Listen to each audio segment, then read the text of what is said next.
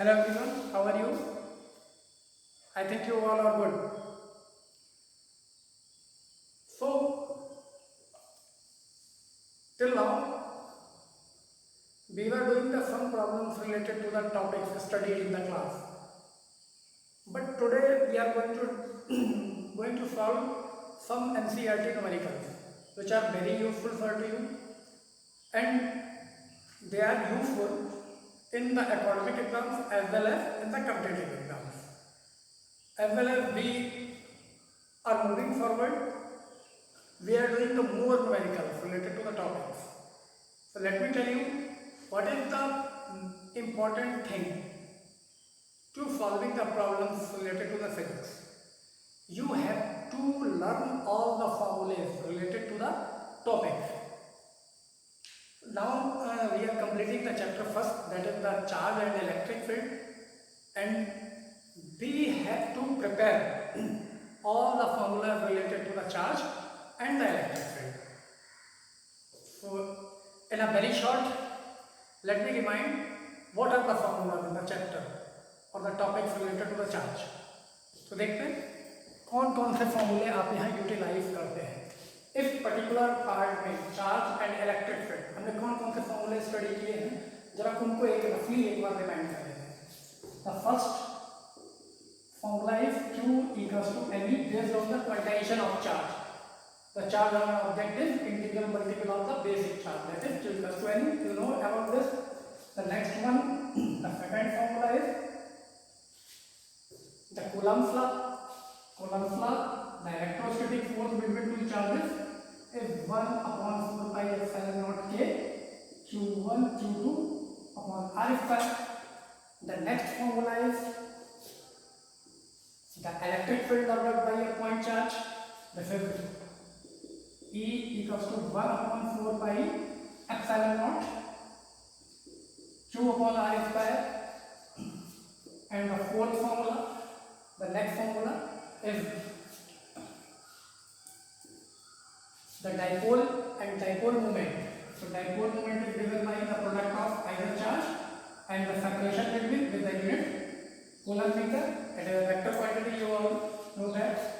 Fourth, the work done in rotating a dipole in the uniform electric field, that is PE cos theta 1 minus cos theta 2. Next one is torque on the electric dipole and the uniform electric field, PE sin theta. The next one is the potential energy of electric dipole and the uniform electric field. This is minus PE cos theta, or in form of the dot product, it is minus P dot E.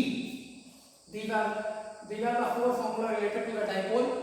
And the eighth one, the next formula is the electric field due to the dipole or its axial line, that is E axis is 1 upon 4 pi epsilon naught 2p upon r cube. And the ninth one is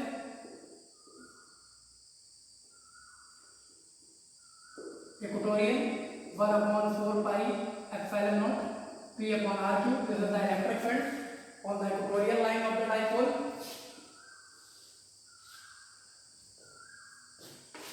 And any point, the electric field at any point of the dipole is 1 upon 4 pi epsilon naught p upon r cube under root 3 cos square theta plus 1. The next one is Gauss law and the electric flux. So this is the 10th formula, and the 11th formula is the electric flux phi E associated with the surface if surface integration of electric field over the given surface. And the Gauss law, the 12th formula is Gauss law, that is phi E equals to the net charge into by the surface divided by the epsilon naught. And by these two formula we have the integration of electric field over a surface is equals to the net charge divided by epsilon naught. This is the formula. And the third one is electric field due to a linear charge distribution or the line charge, that is E equals to lambda upon 2 pi epsilon naught r, where lambda is the linear charge density. 14. The electric field due to a spherical cell, E equals to 1 upon 4 pi epsilon naught q upon r square. The point may be outside, inside and at the surface. For the outside and at the surface, the formula is q 1 upon 4 pi epsilon naught q upon r square, and E is 0, E inside in the spherical cell. This is for a cell. Now the next formula is electric field due to a non-conducting sphere. So rho r upon 3 epsilon naught. This is inside the sphere. For the outside, the formula is same as for the cell. And 16, the electric field due to a single charge sheet.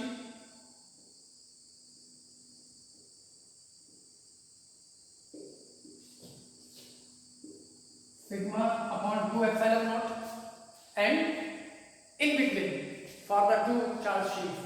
So we can calculate the electric field between or left or right side of the two metallic charge sheet by knowing the nature of charge on the sheet. दोनों पे positive है, दोनों पे negative है, या एक पे positive एक पे नेगेटिव है, उसके अकॉर्डिंग ये फॉर्मूला चेंज होकर क्या होता है, सिग्मा अपॉन एप्सिलॉन नॉट. अगर दोनों सिमिलर चार्ज है, दोनों शीट सिमिलरली चार्ज है, तो मिडिल में क्या होता है, जीरो होता है, और लेफ्ट और राइट में इलेक्ट्रिक फील्ड होता है जिसकी वैल्यू होती है सिग्मा अपॉन एप्सिलॉन नॉट.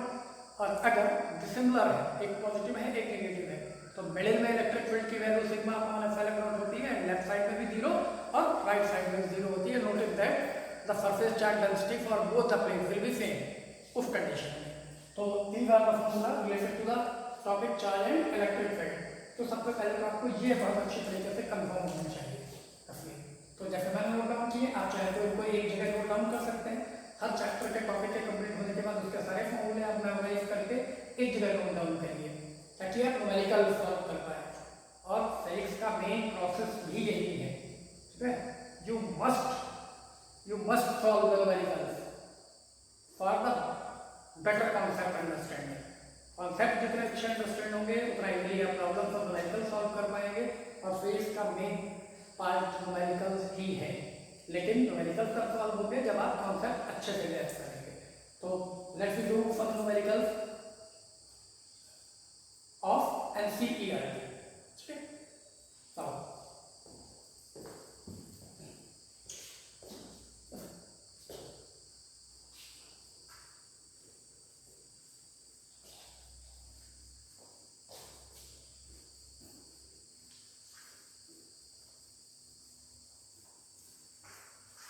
चलिए कुछ सिंपल क्वेश्चंस की बात कर लेते हैं. Like this is the question 1. A system is given here, draw the electric field line for the given system. एक आपको सिस्टम दिया गया है on which the charge is uniformly distributed and the negative charge Q is here. ये एक system है, एक positive rod दी है और एक नेगेटिव चार्ज दिया है. इसके लिए इलेक्ट्रिक फील्ड लाइन और ये क्वेश्चन आ चुका है एग्जाम्स में, बोर्ड एग्जाम्स में. तो इसके लिए तो आपको क्या है, कॉन्सेप्ट यूज करना है. कॉन्सेप्ट क्या है, the electric field lines are originated from the positive charge and ending at the negative charge. Means इसमें जो भी पॉजिटिव शो किए गए हैं लाइक दिस, और यहाँ पे भी एक चार्ज हो सकता है. यहाँ से जो इलेक्ट्रिक फील्ड लाइन होगी वो स्ट्रेट हो जाएगी पॉजिटिव से नेगेटिव की तरफ.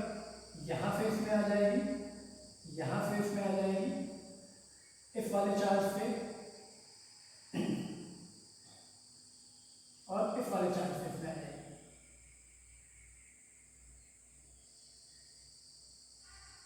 और आपको ये भी ध्यान रखना है जब कंडक्टिंग शीट से कोई भी इलेक्ट्रिक फील्ड लाइन जनरेट हो रही है तो उस समय वो उसके सरफेस के परपेंडिकुलर होनी चाहिए. बाद में चार्ज के नेचर के अकॉर्डिंग वोल्ट की वैल्यू हो जाए. तो प्लस पे स्टार्ट हो रही है और नेगेटिव पे जाके इनका एंड हो रहा है नेगेटिव चार्ज पे. तो ये इस सिस्टम के लिए इलेक्ट्रिक फील्ड लाइन होगी. This is the first question. Now second question है एनसीईआरटी प्रॉब्लम की बात कर रहे हैं. तो एनसीईआरटी से कुछ क्वेश्चन सेलेक्ट कर लेते हैं. We have a diagram in the question, और मैं आप लोगों के पास एनसीईआरटी होगी, मैं मार्क कर देता हूँ. This is the 1.14 question of NCERT. तो 1.14 NCERT का ये टर्म है। The diagram is given, this is the positive plate and this is the negative plate, and यहाँ पे 3 पार्टिकल शो किए गए, 1, 2 एंड 3 देखिए क्या है। 1 particle, particle 1, particle 2 and this is the particle 3। Question क्या है मैं आपको करेक्ट करूंगा। Figure show the tracks of 3 charged particles in the uniform electrostatic field.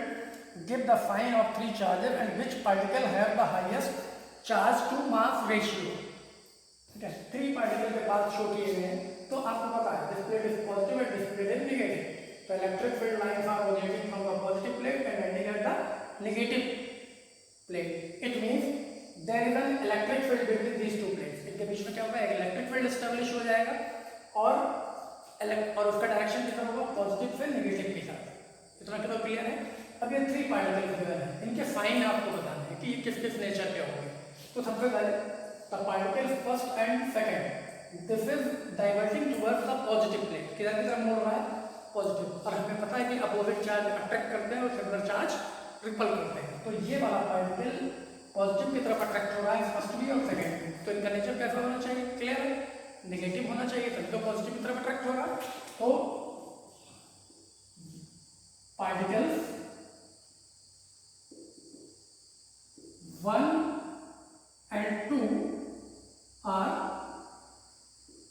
negative in nature, or the charge on particle first and second is negative because they are attracted toward the positive plate. अब third की बात कर रहे हैं, ये first part में लिख देते हैं, सेकंड पार्ट में लिख देते हैं।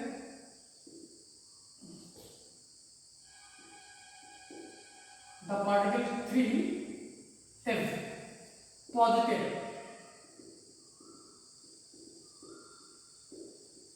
ये पॉजिटिव होना चाहिए, क्यों, क्योंकि ये नेगेटिव की तरफ जा रहा है, अट्रैक्ट हो रहा है।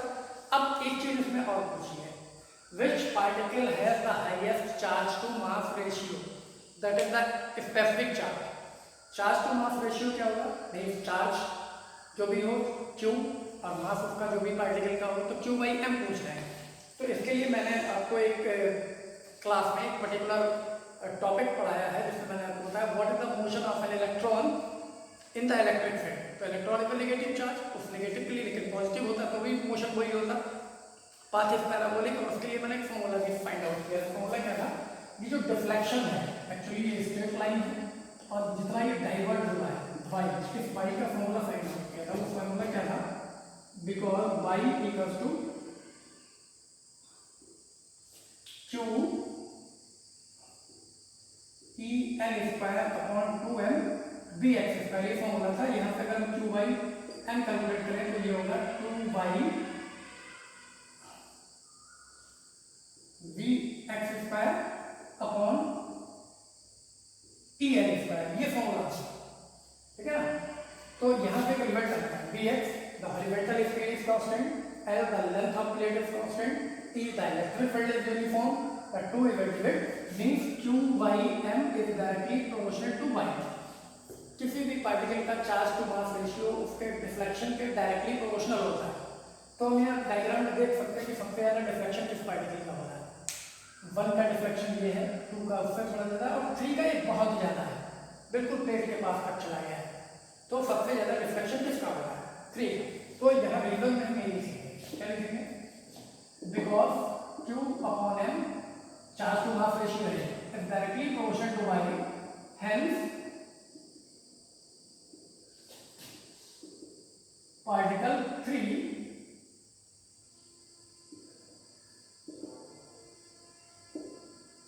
has highest charge to mass ratio।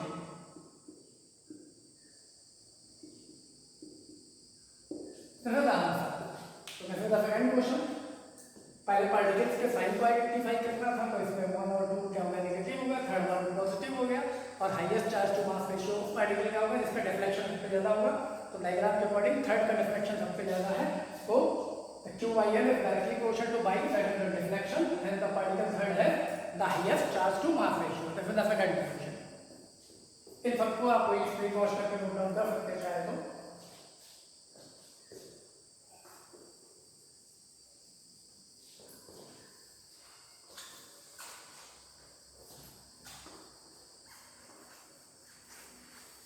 Now the next problem. Next problem is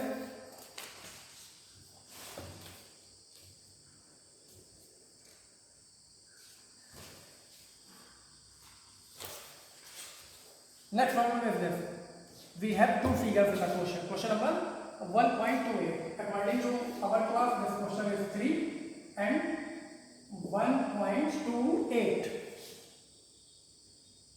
Sorry. In a certain area of electric field along the direction, almost 1.28. NCERT 1.28. Two diagrams are here, figure A and figure B. In the first diagram, there is a cavity A and this is B, charge Q, and in the second, again a cavity B, Q charge and A. ये दो diagram question में है. Question क्या कह रहा है वो मैं आपको रीड कर. A, the first part. A conductor A with a cavity as shown in figure is given a charge Q. Show that the entire charge must appear on the outer surface of the conductor. तो first figure के according क्या हमें करना है कि इस cavity पे हमने एक चार्ज लिया है, इस कैविटी को चार्ज किया है, ठीक है, यहाँ पे तो प्लस Q पर हमें शो ये करना है कि ये टोटल चार्ज इस कंडक्टर के सरफेस पे होगा. तो हमें क्या करना होगा, we have to draw a Gaussian surface very near to the inner surface of the conductor. ये गॉसियन सरफेस होगा, ठीक है, यहाँ से हम ड्रॉ कर लेते हैं. और हमें ये पता है कि there is no electric field inside a conductor. Conductor के अंदर कोई भी इलेक्ट्रिक फील्ड नहीं होता. हमें शो क्या करना है कि चार्ज तो इसको हमने दिया है, लेकिन वो चार्ज कहाँ रिसाइड करता है, कंडक्टर के सरफेस पे. लेकिन यहाँ ये प्रूफ करा रहे हैं कि ये शो करिए कि इनसाइड कहीं होगा, सरफेस पे आ जाएगा. तो क्या करना है, we draw Gaussian surface very close to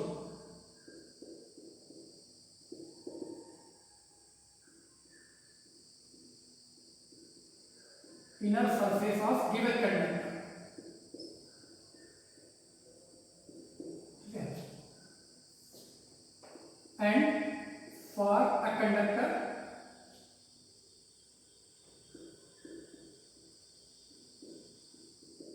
E inside is 0, so the flux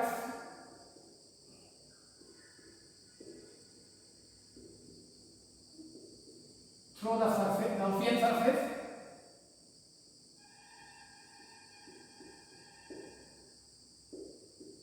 if phi E equals to E dot df equals to Q net upon epsilon naught. So because E is 0 है, so Q net upon epsilon naught is 0 and Q net is also 0. So net charge inside the conductor is 0. So the total given charge resides on the surface. इस पूरे Gaussian surface के अंदर कोई charge आया ही नहीं. हमने क्या किया, एक इनर कोर के अंदर एक गॉसियन सरफेस ड्रॉ कर लिया, ठीक है, उससे एसोसिएटेड फ्लक्स कैलकुलेट कर लिया. और क्योंकि यहाँ पे इलेक्ट्रिक फील्ड 0 होता है इनसाइड द कंडक्टर, जब इलेक्ट्रिक फील्ड है ही नहीं तो ये टर्म 0 हो जाएगा. Q not upon epsilon not के इक्वल 0 हो जाएगा. Q net is 0. अंदर लाएंगे, लेकिन चार्ज तो दिया गया है. चार्ज दिया गया तो कहाँ जाएगा, इसका मतलब सारा का सारा चार्ज सरफेस पे आ गया होगा. हेंस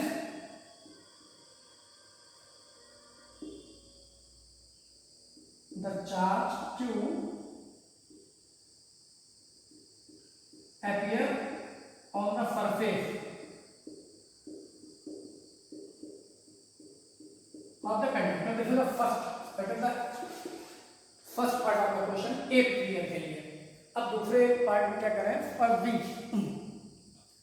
ठीक है, B, another conductor B with charge Q is inserted into the cavity, keeping B insulated from A, so that the total charge on the outside surface A is plus Q and small q. Means अब ये करें कि इसी cavity में एक दूसरा conductor दिया गया B जिस पे चार्ज स्मॉल q है। ये करें कि शो करिए कि इस कंडक्टर के ऊपर अब चार्ज Q प्लस से पहले ही से था, net charge Q plus small q है, तो क्या होगा B पार्ट में, बी पार्ट नहीं करना सर। तो हमें बताया कंडक्टर इस पे चार्ज क्यू है, तो क्या करेगा, सामने वाले पे माइनस क्यू इंड्यूस करेगा इनर कोर पे, और आउटर कोर पे फिर कितना होगा, प्लस आ जाएगा, ठीक है ना। इंडक्शन तो बताया था मैंने आपको। तो इसके सामने ये क्या करेगा, इस कैविटी कंडक्टर कैविटी का जितना नेगेटिव होगा अपने ऊपर इनर कोर पे ले आएगा और उतना पॉजिटिव आउटर कोर पे चला जाएगा। और आउटर कोर पे चार्ज कहाँ रुकेगा, कंडक्टर के अंदर तो ये रुक नहीं सकता। लास्ट पार्ट में प्रूव कर चुके हैं, कहा जाएगा सरफेस पे। तो यहाँ आंसर में क्या लिखना पड़ेगा,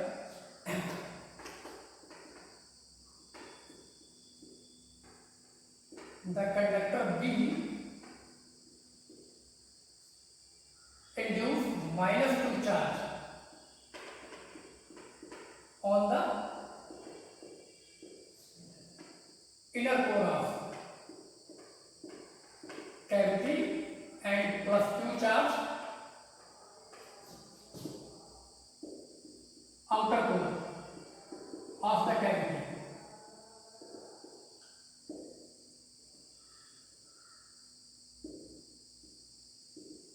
Which will move on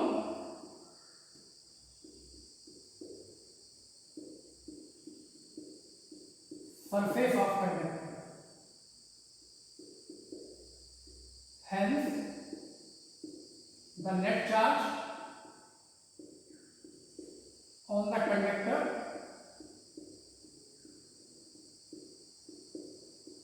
surface is capital Q plus small q। समझ लीजिए बात, जो मैंने लिखा भी है और जो किया है। पहले इस क्वेश्चन में एक कैविटी थी, इस कैविटी ये कह रहा है कि इस कैविटी को जो हमने चार्ज दिया है वो टोटल का टोटल प्रूफ करना था कि सरफेस पे आ जाएगा, वो हमने प्रूफ कर लिया था ऑप्शन का यूज करके। सेकंड कंडीशन में कह रहे हैं कि अब इसी कैविटी में एक कंडक्टर और रख दिया गया है B जिसको चार्ज Q दिया गया है, और ये प्रूफ करा रहे थे कि टोटल ये Q और ये Q इस पे ऑलरेडी था, इनका सम सरफेस पे आएगा। तो हमने क्या यूज किया, जो चार्ज यहाँ कंडक्टर रखा गया है ये इस कैविटी की इनर कोर में उतना ही नेगेटिव चार्ज इंड्यूस करेगा due to the induction of charge, फिर आउटर कोर पे उतना ही पॉजिटिव Q अपीयर होगा, और ये आउटर कोर वाला चार्ज जो कि कंडक्टर पे है आया है अब कैविटी से कंडक्टर पे, और कंडक्टर का चार्ज कहाँ आ जाता है, टोटल उसके सरफेस पे। तो ये Q चार्ज कहाँ मूव कर जाएगा, सरफेस पे। कैपिटल Q इस पे पहले ही से था और Q और आ गया, तो टोटल चार्ज कितना हो जाएगा, capital Q plus small q। यही मैंने यहाँ पे नोट डाउन किया है। The conductor be inside induce -2 charge on the inner core and core of the cavity and +2 charge on the outer core. This is the outer core of the cavity which will move on the surface of conductor, and the net charge on the surface of conductor is Q plus Q. This is the answer of this question. Okay. Now we are moving toward the next problem. इसको भी आप चाहे तो ऐसे ही note down कर सकते हैं।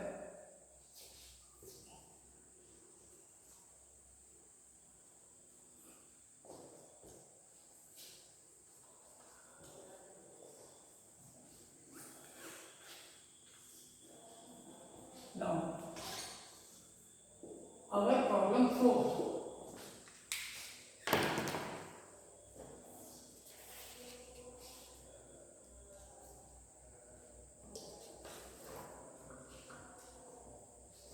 Now next, obtain the formula for the electric field due to a long thin wire uniform linear charge density E without using the Gauss law. Gauss law से हम linear charge distribution के लिए formula find out कर चुके हैं, और ये कह रहे हैं कि एक surface charge density linear charge Gauss theorem का यूज नहीं करना है, और लेकिन उसके लिए हमें फॉर्मूला ड्रॉ करना है। तो देखते हैं कैसे ड्रॉ होता है ये फॉर्मूला। देखिए question, this is a charge distribution,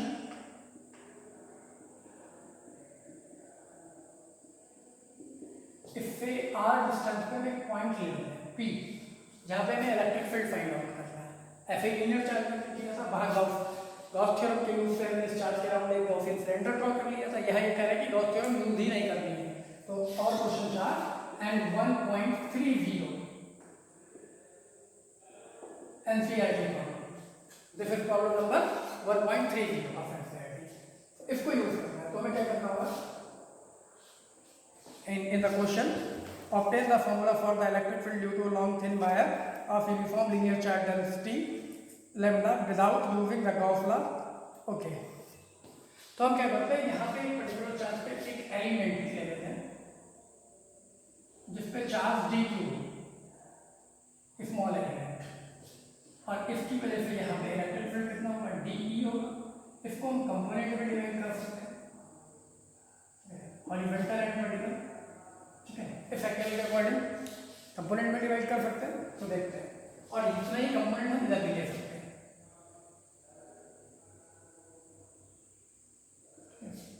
this component same charge dq with length dl, इस स्मॉल को a ले लेते हैं, इस पे dq चार्ज है और dl इसकी लेंथ है, और यहाँ भी d होगा। इस एंगल को एंगल सपोज कर लेते हैं फाई, और ये कंपोनेंट हो जाएगा dE cos थीटा, और ये कंपोनेंट हो जाएगा dE sin phi sorry cos phi and dE sin phi. Same here dE cos phi for the downward and dE sin phi. तो हम देख सकते हैं जो अपवर्ड और डाउनवर्ड है, ये जब हमने मिडिल में पॉइंट को ले लिया है, ये डिस्टेंस r ले लिया है, ये l ले लिया है, इस एंगल को फाई ले लिया है। तो हमने क्या किया, एक लीनियर चार्ज डिस्ट्रीब्यूशन गिवन है जिसकी लीनियर चार्ज डेंसिटी गिवन है lambda.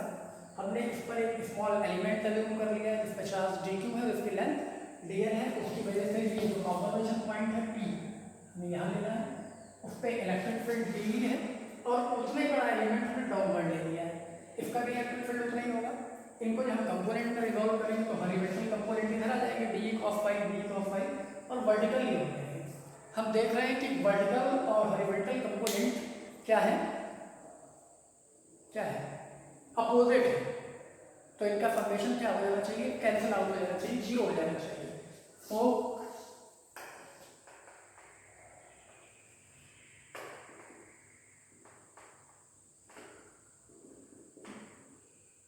the electric field at the point P due to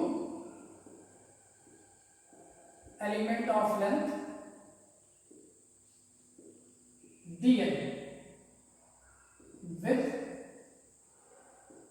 charge dq is dE is 1/4 dq upon distance।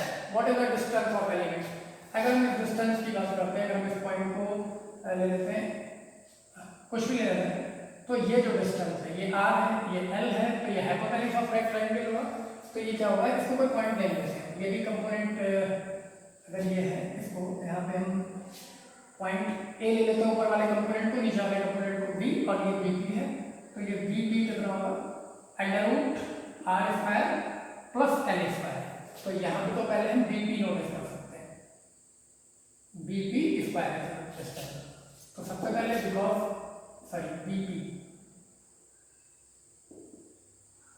bp is square is equals to r² plus l² and dq is equals to lambda dl। याद होगा आपको क्या होता है, सब linear charge density lambda equals to dq by dl, that is ये value. तो now the dE is equals to 1/4 pi epsilon naught dq replaced by lambda dl and r² plus l² by mass bp²। अब हमें क्या करना है, अब यहाँ में मैथमेटिकल कॉन्सेप्ट यूज करना पड़ेगा, ठीक है। बायो वालों को थोड़ी सी प्रॉब्लम हो सकती है, but easily they can understand, ठीक है। थोड़ा सा फोकस करेंगे तो अंडरस्टैंड हो जाएगा। देखते हैं क्या करना है। इन ट्रायंगल दैट POV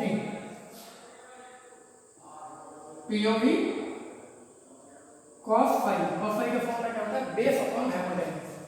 तो base of this triangle is R, hypotenuse is this, so this is R upon, या फिर यहाँ पे डायरेक्टली स्क्वायर फाइंड कर लेते हैं, कॉस स्क्वायर फाइंड, क्योंकि स्क्वायर में जरूर पड़ेगा, R square upon R square plus N square, इसका स्क्वायर करेंगे ना अंडर रूट जिसका बीपी का square, under root R square plus N square, ये वैल्यू है। यहाँ से हम क्या करते हैं, एक रिजल्ट ऑफ tan फाई, अगर मैं tan कैलकुलेट करें तो परपेंडिकुलर अपॉन बेस होता है, perpendicular is this, base is this, देखते हैं क्या होता है।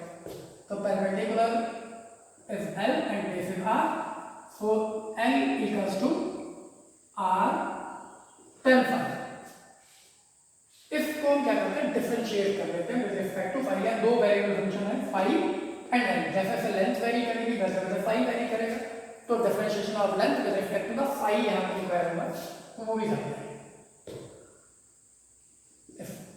dl by d phi is equals to r is a constant value, yes, for this particular event tan phi। तो यहाँ पे मैं बता रहा हूँ आपको इसका जो डिफरेंशिएशन होगा d by d phi tan phi, ये होगा sec स्क्वायर phi, तो this is equals to r sec square phi, ये वैल्यू हमारे पास होगा। अब ये वैल्यू जो है वो हम यहाँ प्लेस कर सकते हैं, इसको इक्वेशन फर्स्ट वैल्यू बना देंगे, देखते हैं क्या क्या रिप्लेस करते हैं। एक तो यहाँ से dl की वैल्यू ले लेंगे, dl equals to r sec square phi d phi, और cos की value r square n square की वैल्यू यहाँ से r square n r square plus l square equals to r square upon cos square, ये दो value हम put कर देते हैं क्वेश्चन। क्या करते हैं, यूजिंग इक्वेशन फर्स्ट का यूज करते हैं, देखते हैं क्या बनेगा, देखते हैं। Now D E is equals to 1 upon 4 pi epsilon not lambda D L, lambda and D L is replaced by this R sec square phi D phi, and this r square plus l square replaced by this term r square upon cos square phi, that is r square upon cos square phi, यहाँ नोमेटर में आ जाएगा। हमें पता है कि this sec phi is equals to 1 upon cos phi, तो अगर हम इस cos को स्क्वायर phi को कन्वर्ट करें तो 1 upon sec स्क्वायर phi होगा, या sec स्क्वायर को कन्वर्ट करें तो 1 upon cos स्क्वायर phi होगा, so this should be cancelled, sec square phi and cos square phi, 1 r is also cancelled here, here the formula is d e equals to 1 upon 4 pi epsilon naught lambda upon r d phi, okay, now we can integrate this value of d up to the limit कितनी होगी, देखते हैं। ये बाहर ज्यादा से ज्यादा कितना लेंथ तक हम इसको ले आ सकते हैं, जितना हम ऊपर लेते इंफिनिटी तक, तो इसका मतलब ये लाइन उतनी सीधी होती चली जाएगी, जितनी ये लेंथ बढ़ती जाएगी ये एंगल बढ़ता चला जाएगा, और मैक्सिमम कितना बढ़ सकता है, अगर ये लाइन इंफिनिटी तक जाती है तो ये लाइन स्ट्रेट होकर ऐसी हो जाएगी, मींस एंगल कितना हो जाएगा 90 हो जाएगा, तो फॉर इंफिनिटी एंगल कितना हो जाएगा 90 का मींस रेडियन पाई बाय 2, तो इसकी जो लिमिट होगी इसको डाउनवर्ड को नेगेटिव और अपवर्ड को पॉजिटिव वैल्यू करेंगे, तो the net electric field, net electric field हम कैलकुलेट करेंगे तो क्या बनेगा, देखते हैं। Integration of D is E, this integration from minus pi by 2 to plus pi by 2, 1 upon 4 pi epsilon not lambda upon R D phi, इसको integrate करें।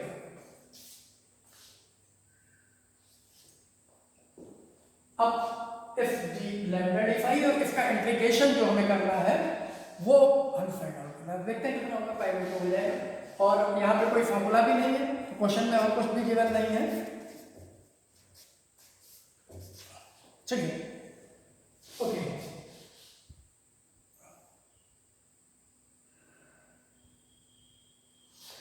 This value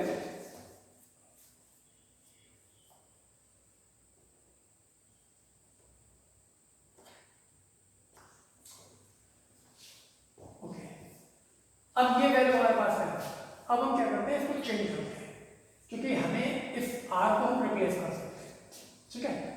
d5 की वैल्यू भी हम यूज कर सकते हैं, तो हम चेंज करते हैं इसको। कैसे चेंज करेंगे, अब इसको इंटीग्रेट करते हैं। d5 का शॉर्ट इंटीग्रेशन हम जब लेंगे तो यहाँ से दिस वैल्यू, ठीक है, किसको फाइंड आउट करना होगा, टोटल डायरेक्टेड फील्ड इज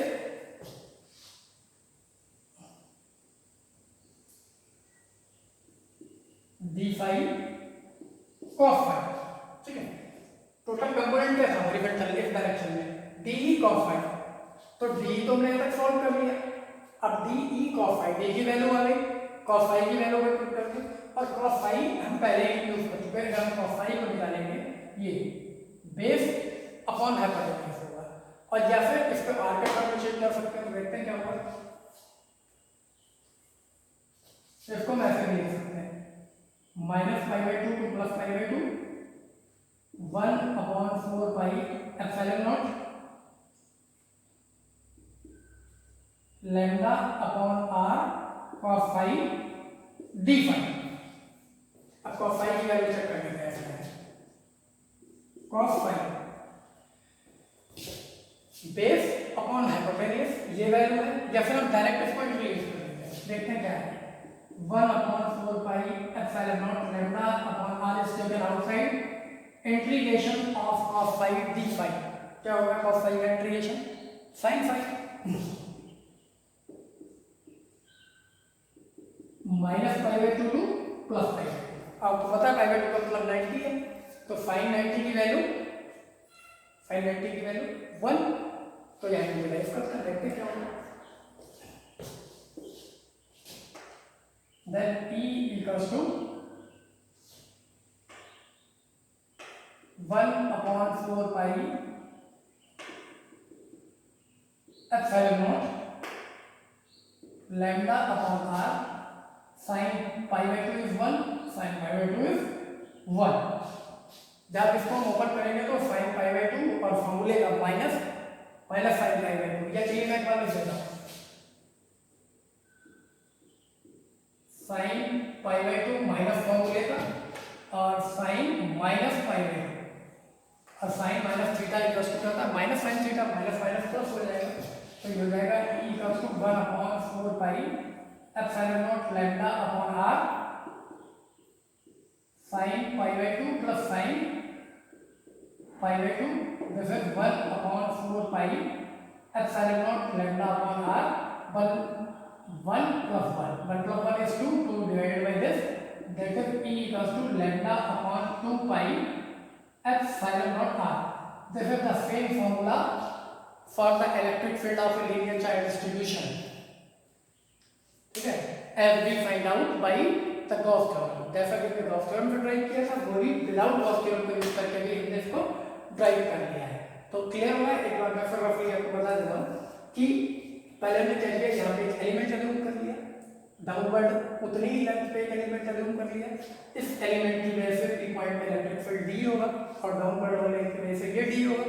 इनके वर्टिकल और हॉरिजॉन्टल कंपोनेंट रिजॉल्व कर लिए, vertical components should be cancel out here, but the horizontal should be added. तो हमें क्या करना है, जो टोटल इलेक्ट्रिक फील्ड निकालना है, बेसिक कॉन्सेप्ट क्या है, वो ये होगा, E must be equals to integration of dE cos phi, ठीक है, इसकी वैल्यू। तो पहले हमने क्या किया, dE की वैल्यू फाइंड आउट की है, एलिमेंट की वैल्यू इलेक्ट्रिक फील्ड यहाँ से लेके यहाँ तक ये वैल्यू हमारे पास में dE की है, ठीक है। अब हमें टोटल इलेक्ट्रिक फील्ड फाइंड करना है, तो वो क्या होगा, dE cos phi का इंटीग्रेशन, और dE cos phi angle phi कितना चेंज होगा, मैक्सिमम -π/2 डाउनवर्ड और +π/2 अपवर्ड, मैंने लिमिट लगा दी, इसको इंटीग्रेट कर लिया, this is the limit E equals to lambda upon 2 pi epsilon naught। Clear. Now the next, इसको भी आप नोट डाउन कर सकते हैं, फ्री पॉज करके।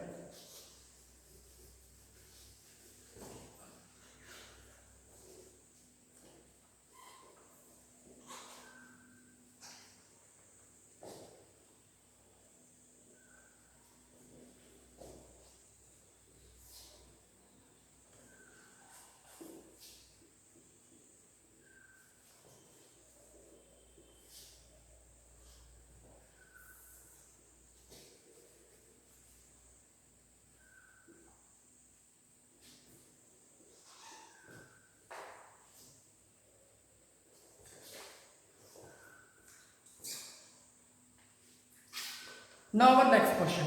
Next question is 1.31. And here the question number is 5 and 1.31 NCERT question. This is 1.31. So the question is this. It is now believed that the protons and neutrons, let me take them here.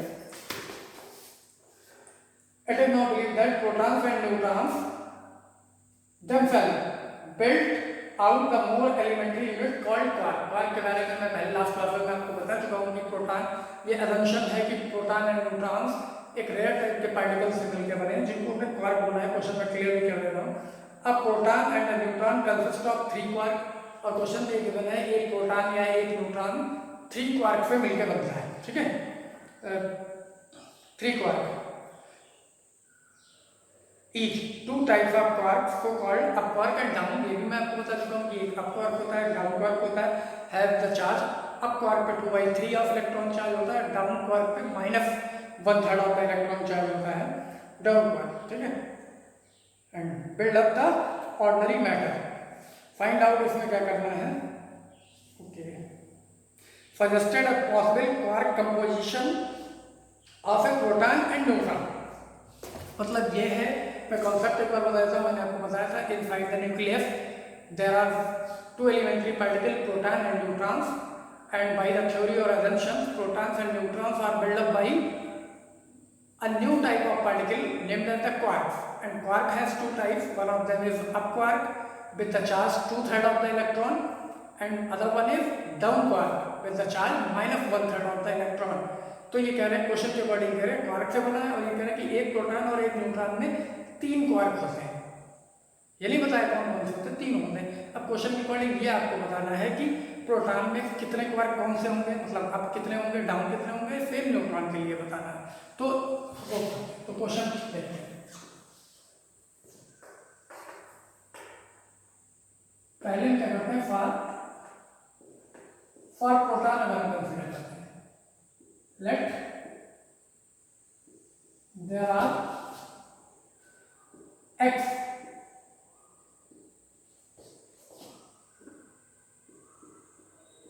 quarks in one proton,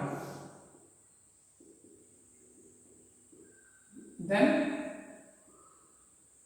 number of neutrons V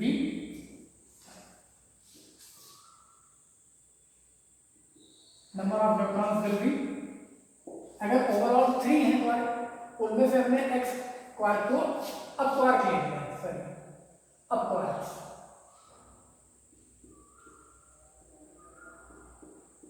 up quark. तो एक proton के combination में क्या suppose किया है कि x up quark है और टोटल 3 होते हैं, तो द प्रोटॉन का number of neutrons will B कितना होना चाहिए, 3 माइनस x, 3 माइनस, यही हो गया। अब क्या करते हैं, charge of proton, charge of proton is equal to E। तो कॉन्सेप्ट यूटिलाइज कर लेते हैं। अब क्वार्क कितने हैं, x है, और डाउन क्वार्क कितने हैं, इसका भी सपोज किए हैं। Number of neutrons will be then the number of down quark, sorry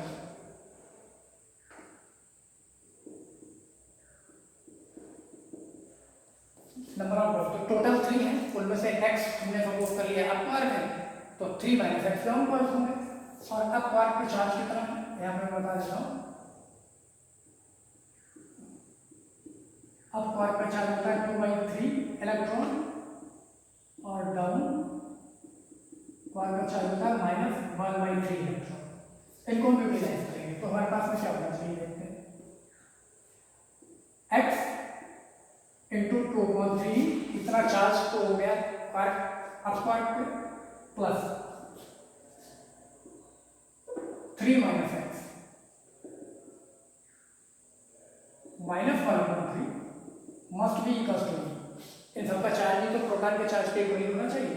तो अगर x क्वार्क है तो x क्वार्क एक अप क्वार्क पे x अप क्वार्क है, तो एक अप क्वार्क पे 2/3 होता है, x पे 2/3 इंटू x होगा। 3 माइनस x डाउन क्वार्क है, डाउन क्वार्क पे -1/3 होता है, 1/3 E होगा, सॉरी इक्वल्स टू ई। इसको हम सॉल्व करते हैं, देखते हैं क्या पूछा। 2/3x ई प्लस, इसको ओपन करना है, माइनस माइनस माइनस, फिर देखिए 1/3 की जब मल्टीप्लाई करेंगे तो कितना हो जाएगा, 3 कैंसिल, माइनस माइनस माइनस ई हो जाएगा, ई का एंड दस माइनस माइनस प्लस होगा, ये होगा 1/3x ई इक्वल्स टू ई। इसको सॉल्व कर लेते हैं, इस ई को उधर ले जाते हैं, 2e हो जाएगा और ये यहाँ हो जाएगा 2/3x minus 1 plus 1/3x, e is common, e is cancelled, that is 1, so 2/3x plus 1/3x equals to 1 plus 1 2, ये 2 वैल्यू है, इसको हम ऐड कर लेते हैं तो ये कितना आ गया 2/3 plus 1/3 equals x equals to x equals to 2, तो x कितना आ गया 2, तो number of acquire in proton is 2,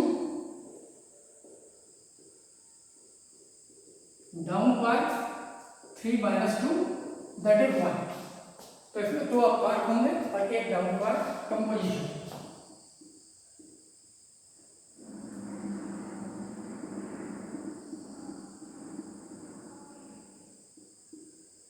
composition of proton क्या होना चाहिए, U U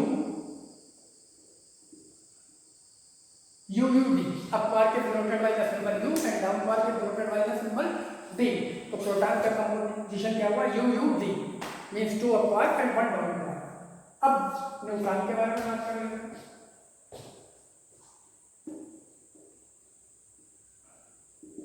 again for neutron, neutron के लिए भी ये असम्पशन रखते हैं, let there are x upward and 3 minus x downward in the neutron, और न्यूट्रॉन का चार्ज कितना होगा,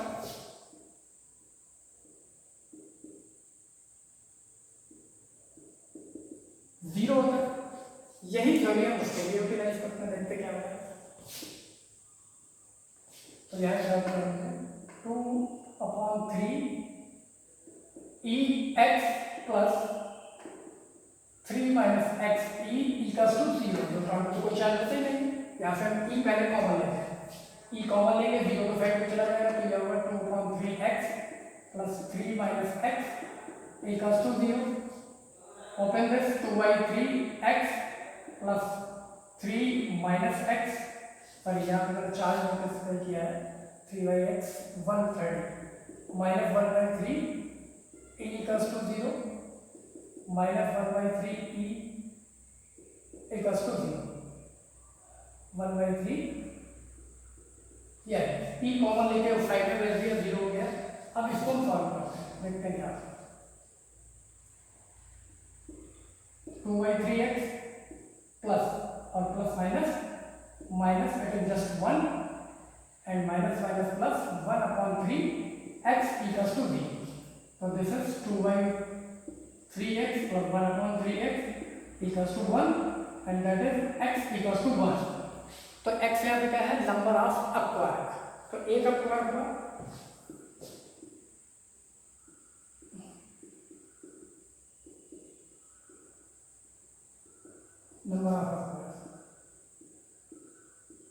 number of downwards in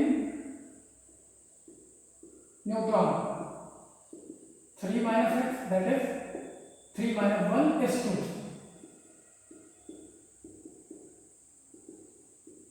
composition of neutron क्या होगा, इसमें एक अपवार्ड का है और 2 डाउनवार्ड का है, तो U D D this is the composition of neutron. Question एक बार फिर से बताता हूँ, क्वेश्चन पे क्या था, क्वार्क के बारे में मैं ऑलरेडी पता है, अप क्वार्क होता है और डाउन क्वार्क होता है, अप क्वार्क पे चार्ज 2/3 ऑफ द इलेक्ट्रॉन होता है, डाउन क्वार्क पे -1/3 ऑफ द इलेक्ट्रॉन होता है, एलो में ये कहा क्वेश्चन के अकॉर्डिंग कि एक प्रोटॉन और एक न्यूट्रॉन 3 क्वार्क से मिलकर बनता है, और आपको ये कैलकुलेट करके बताना है कि प्रोटॉन में कितने अप क्वार्क हैं और कितने डाउन क्वार्क हैं, न्यूट्रॉन में कितने अप क्वार्क हैं और कितने डाउन क्वार्क हैं। तो हमने चार्ज का कॉन्सेप्ट यूज किया, चार्ज प्रोटॉन का नेट चार्ज ई होता है, तो सारे अप और डाउन क्वार्क का चार्ज मिला के इक्वल होना चाहिए। सेम प्रोसेस हमने न्यूट्रॉन पे यूज किया, उसका चार्ज 0 होता है। तो पहले जो हमने मेंशन किया वो the total charge of the quark up और down is equal to charge of the proton. इसको सॉल्व किया तो अप क्वार्क की वैल्यू 2 आ गई और डाउन की 1 आ गई। तो कंपोजिशन ऑफ प्रोटॉन क्या हो गया, UUD, U for the up quark and D for the down quark. ऐसे ही हमने जब न्यूट्रॉन के लिए यूज किया तो फिर से वो यूज किया, चार्ज न्यूट्रॉन का 0 होता है, बस 0 से इक्वेट करके सॉल्व किया तो अप क्वार्क की वैल्यू 1 आ गई और डाउन क्वार्क बचे हुए 2 हो गए। तो इसका कंपोजिशन UDD हो गया। So that's all for today and I think you understand better now. ऐसे धीरे धीरे करके हम क्वेश्चंस का लेवल को चेंज करेंगे, और I assure you that in this particular class